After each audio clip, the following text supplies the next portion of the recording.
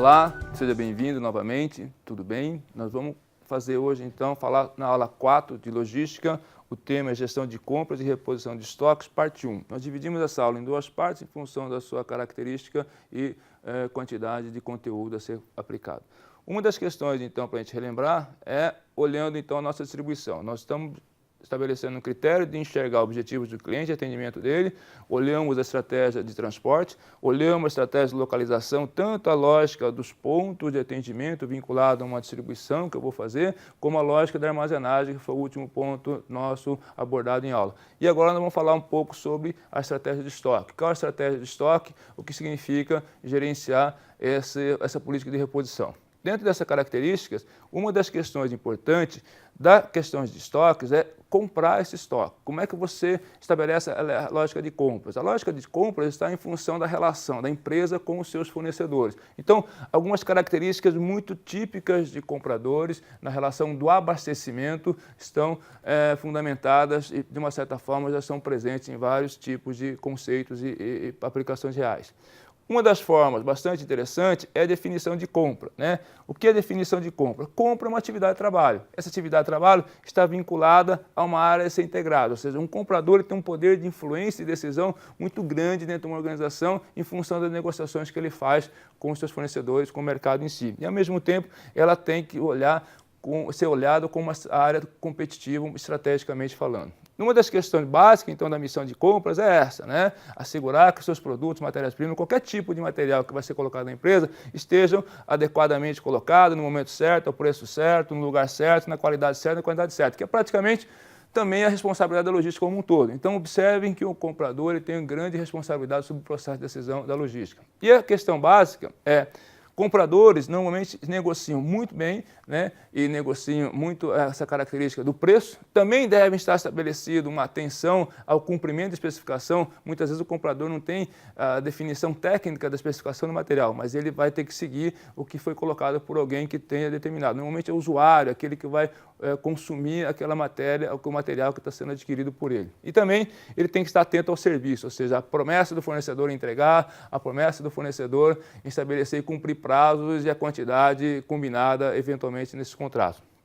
Questões importantes na gestão de compras é que alguns números observam que eles influenciam em 40% a 60% das vendas, ou seja, se compras fizer o trabalho de integração corretamente, esse material vai estar alinhado no seu fluxo de entrada e saída dentro da organização na qual ele está inserido.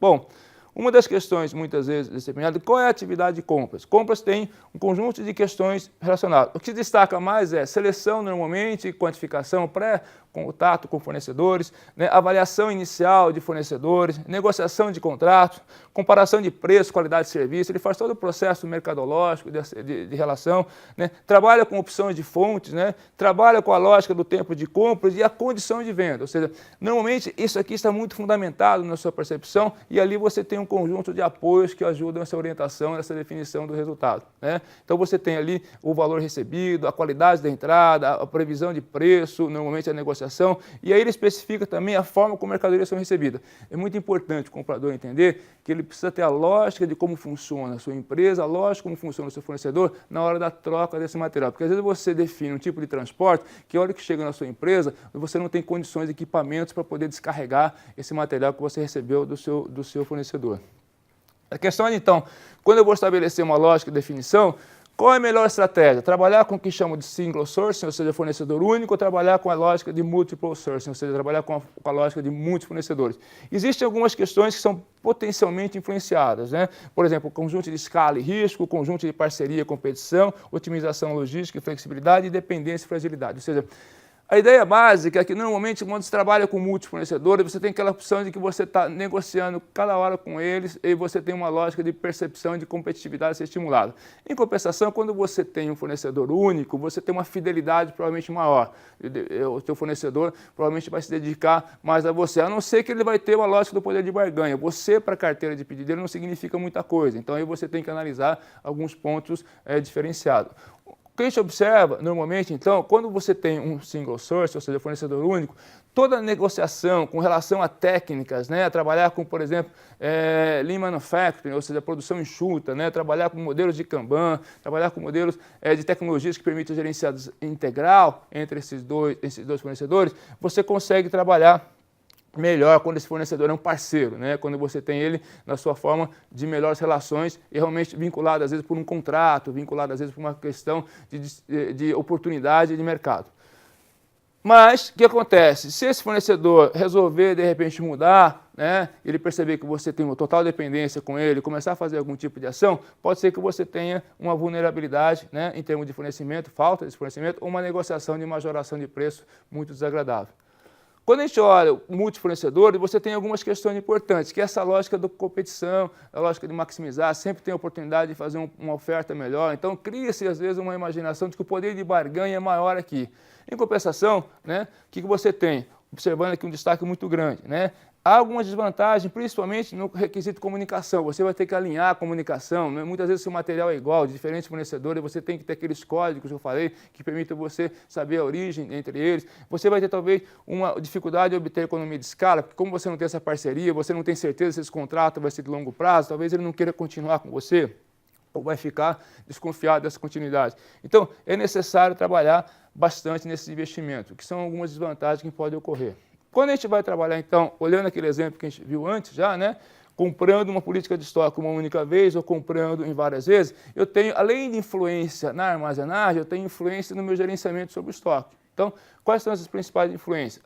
As influências são, você não ter estoque significa algo muito importante. Vejam, muitas vezes a gente considera que estoque é um vilão. Ele é quando ele sobra, quando ele tem um excesso, quando ele perde a validade, quando ele não tem uso nenhum. Mas ele pode ser uma arma de vantagem competitiva, ou seja, ele pode ser usado como uma vantagem competitiva quando ele está disponível no momento certo, na hora certa.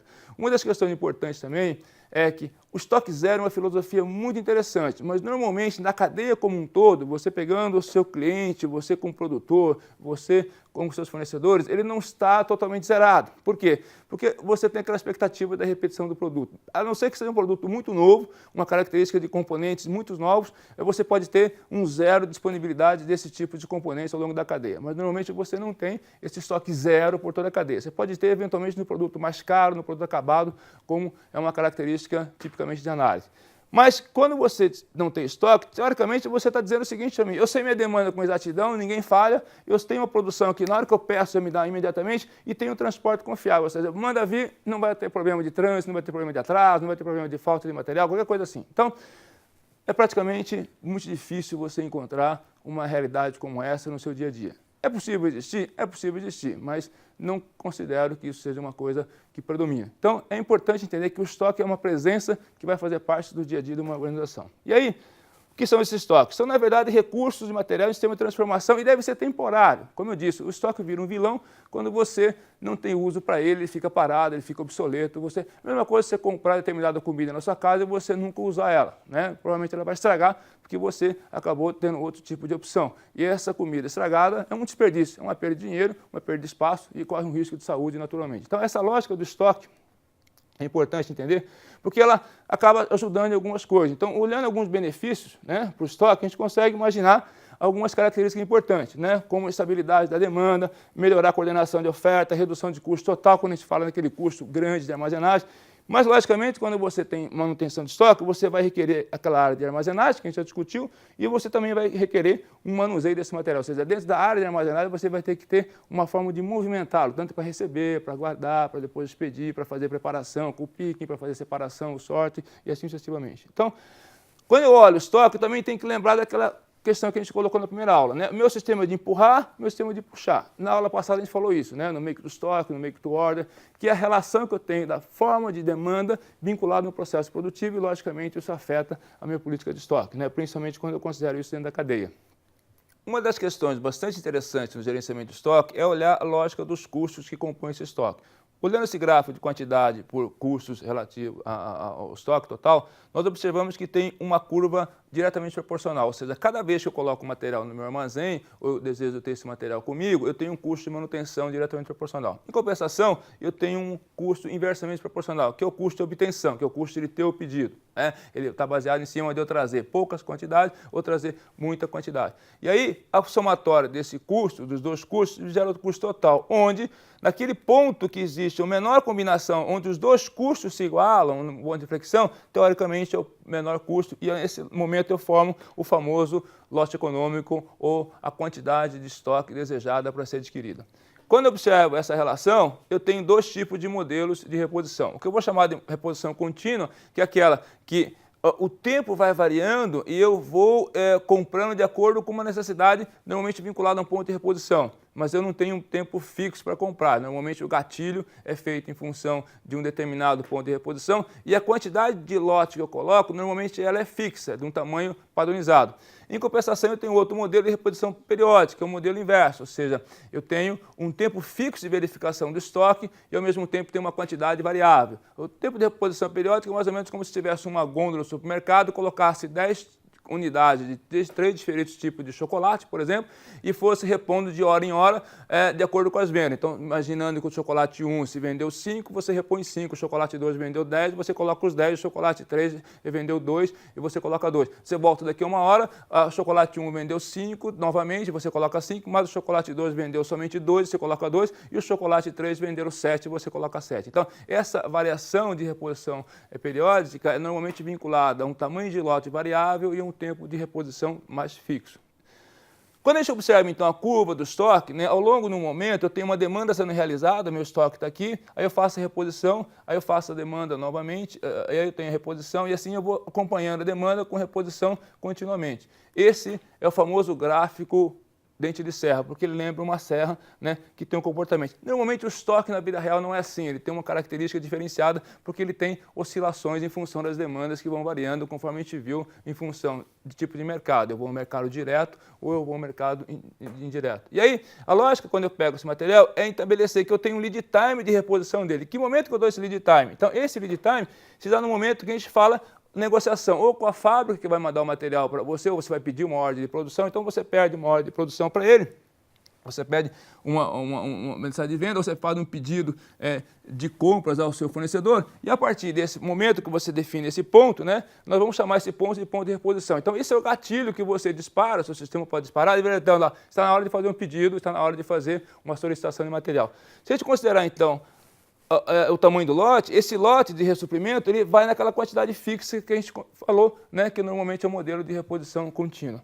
Aí, se eu observar, eu tenho uma equação que faz isso. Normalmente, meu ponto de reposição ele é baseado na demanda multiplicado pelo lead time mais determinado estoque de segurança.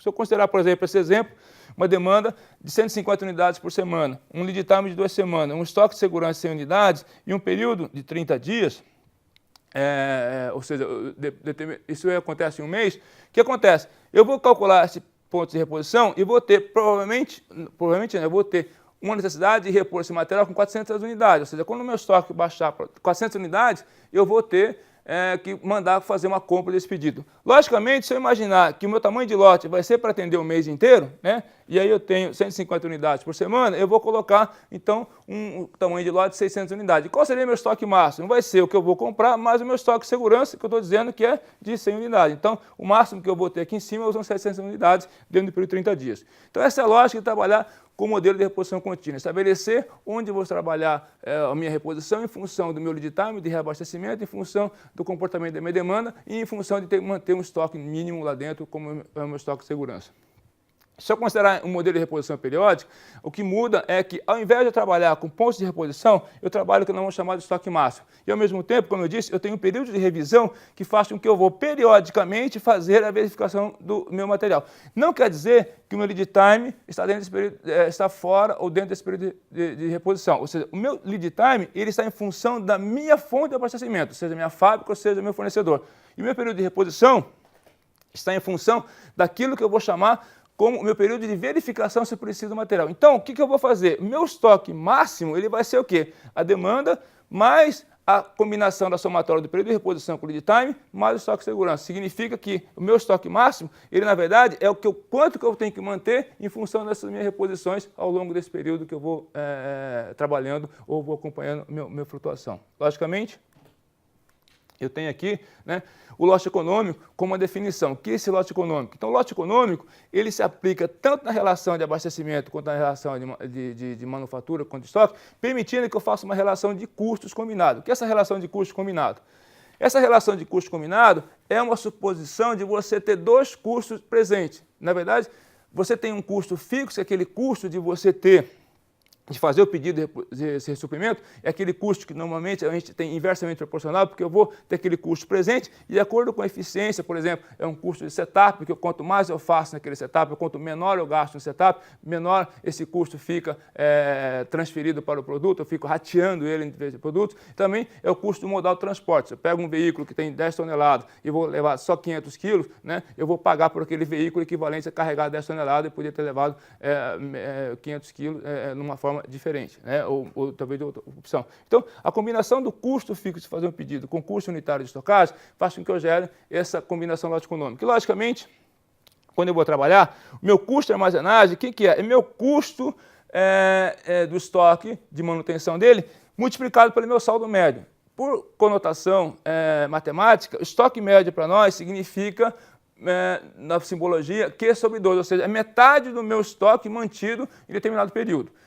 É uma colocação definida em função de uma variação de um comportamento de demanda ao longo de determinado período fixo, por exemplo, os 30 dias. Então, se considera, né, que a princípio eu vou estar repondo o meu estoque a partir da metade do período que eu vou estar consumindo esse estoque. Por isso que ele é tradicionalmente conhecido como Q dividido por 2.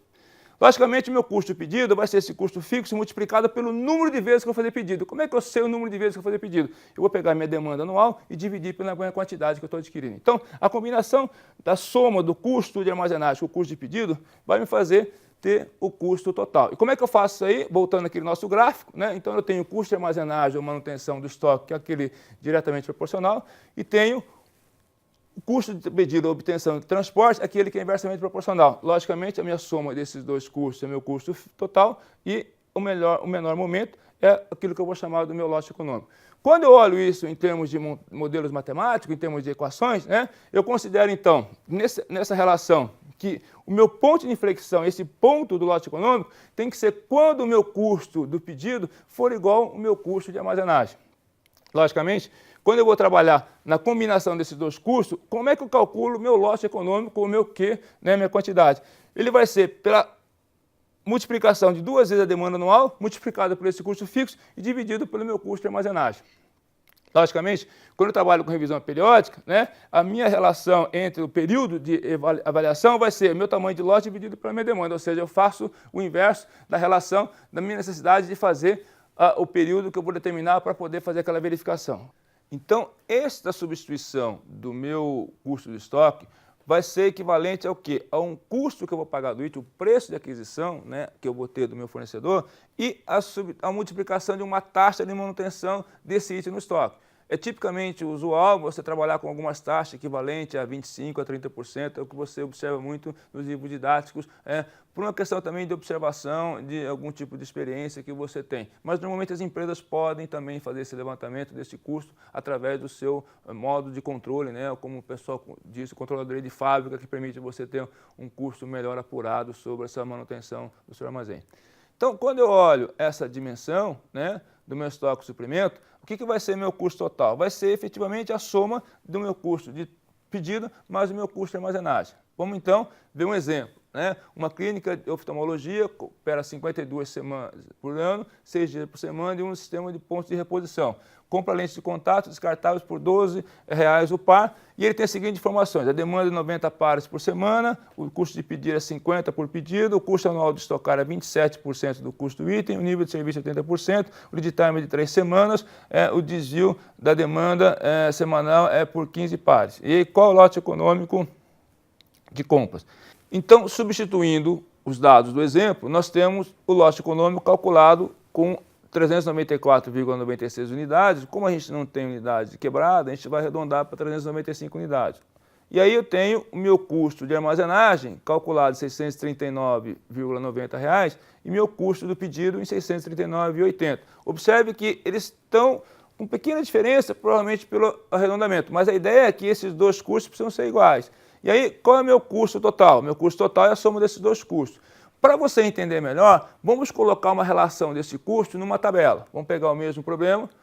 Vamos montar, então eu estou aqui com os dados do enunciado que vocês viram, e aqui eu fiz uma pequena simulação, né? Eu calculei, então, o custo de carregar, o custo anual do pedido e a soma dos dois, variando o lote com o preço fixo, né? Esse preço não está sendo variável. Mas, por exemplo, você poderia fazer a simulação dessa considerando que o seu fornecedor te daria desconto. Então, imaginando que ele dê política de desconto com vocês, a cada tamanho de lote, ao invés de você pegar esse preço fixo, por exemplo, do custo da lente, que eu coloquei de R$12, você poderia fazer com preços menores. Então, o que acontece? Conforme você vai variando a quantidade, você vai observar que vai chegar um momento que a sua quantidade alcançou o que nós chamamos do lote econômico, que é quando esses dois custos, o custo de carregar o estoque, o custo anual de fazer o pedido, chegam na sua igualdade. E aí, se você observar, se eu tiver pequenas variações, dentro dessa quantidade de estoques, em função de alguns ajustes, pode ser que o custo não fique tão diferente, né? Mas assim, nós estamos olhando aqui 5 unidades de variação. Porém, se eu continuar aumentando a minha variação de estoque, esse custo começa a ficar diferente. E qual o problema em compras? Normalmente, o comprador ele começa a observar somente um dos elementos. Então, o que ele pode imaginar? Que ele vai ter uma grande negociação se ele fizer um poder de barganha e conseguir um desconto maravilhoso e reduzir o transporte. Mas, em compensação, se ele abaixou esse custo, olha o que acontece com este custo aqui. Então, não é uma relação apenas de olhar um dos custos, mas olhar a combinação dos dois custos. Apesar de ter um número de pequenas variações, né, de 1.495 a 1.269, se você tiver grandes volumes em escala, isso começa a ter impacto. Então, o que acontece? Muitas vezes o comprador compra aquela quantidade grande, enorme, aí na hora de colocar no armazém, vai ocupar um espaço enorme, que você não vai precisar daquele momento, provavelmente esse armazém não vai ter capacidade mais de fazer aquela movimentação ágil, e em alguns casos precisa até alugar um armazém extra, porque ele achou, ele supôs que fez uma boa negociação, considerando só um dos custos, mas não considerou a combinação dos dois custos, ou seja, o custo de obter, custo muitas vezes de frete, de descontos, não considerando o custo de armazenar, o custo de manter aquele estoque. E com isso, ele provavelmente vai trazer um problema operacional para a organização.